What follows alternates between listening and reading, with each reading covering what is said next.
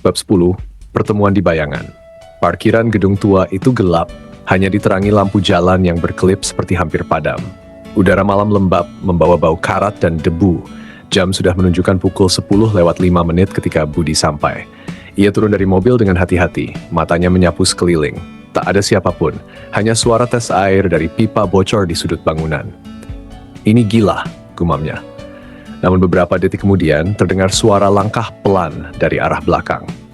Seorang pria muncul, mengenakan jaket hitam dengan topi menutupi wajahnya. Budi? Suaranya serak, seolah sudah lama tak berbicara. Budi menegang. Kamu yang telepon aku? Pria itu mengangguk. Aku nggak punya banyak waktu, Arman sudah tahu gerak-geriku. Kalau dia sadar aku membocorkan rahasia, habislah aku. Rahasia yang terbongkar. Budi maju selangkah. Siapa kamu sebenarnya, dan kenapa aku harus percaya? Pria itu menunduk, lalu melepas topinya perlahan. Cahaya samar memperlihatkan wajahnya, seseorang yang sangat dikenal Budi. Raka. Ya, mantan sahabat sekaligus rekan kerja yang dulu tiba-tiba menghilang tanpa kabar. Aku kerja untuk Arman, tapi tidak dengan sukarela, kata Raka lirih.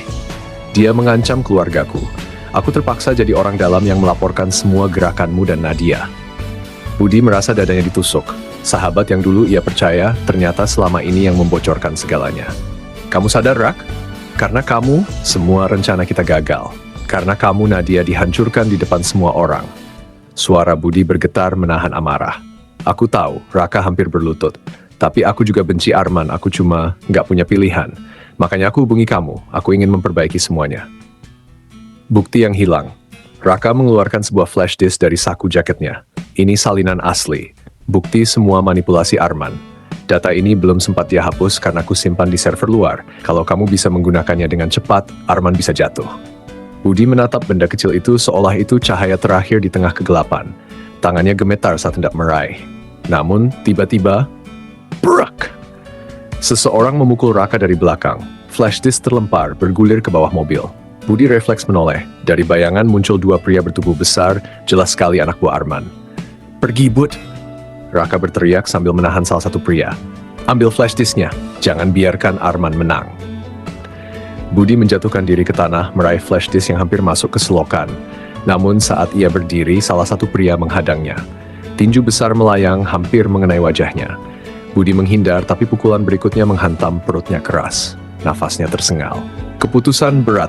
Pertarungan singkat itu kacau. Raka jatuh dipukuli dua orang sekaligus. Budi berusaha menolong, tapi tahu kalau ia bertahan di sana, mereka berdua bisa tamat.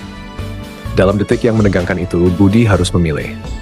Menyelamatkan Raka, tapi berisiko kehilangan bukti, atau kabur dengan flash disk meninggalkan sahabatnya dalam bahaya. Air matanya hampir jatuh. Dengan rasa sakit di dada, ia akhirnya memilih kabur. Maafkan aku, Rak, bisiknya lirih. Ia berlari sekuat tenaga menuju mobil sementara teriakan Raka masih terdengar di belakang. Balik ke Nadia, Nadia hampir tidak percaya saat Budi masuk ke apartemennya dengan wajah penuh luka.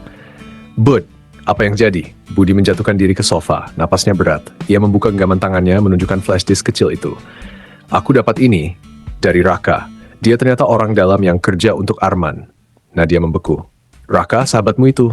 Budi mengangguk pelan. Dia dipaksa. Aku nggak bisa selamatkan dia. Aku pilih kabur. Nadia memegang wajahnya menatap dalam. Kamu sudah lakukan yang benar. Kalau bukti ini benar-benar bisa menjatuhkan Arman, maka semua pengorbanan itu tidak sia-sia. Namun Budi hanya bisa menunduk. Bayangan wajah Raka saat dipukuli masih menghantuinya. Bayangan Arman. Di sisi lain kota, Arman duduk di ruang kerjanya. Senyum tis muncul di wajahnya saat menerima telepon. Sudah? Bagus. Biarkan mereka percaya punya keunggulan. Ia meneguk minuman mahalnya. Karena yang mereka pegang bukanlah kebenaran, tapi jebakan yang aku ciptakan sendiri.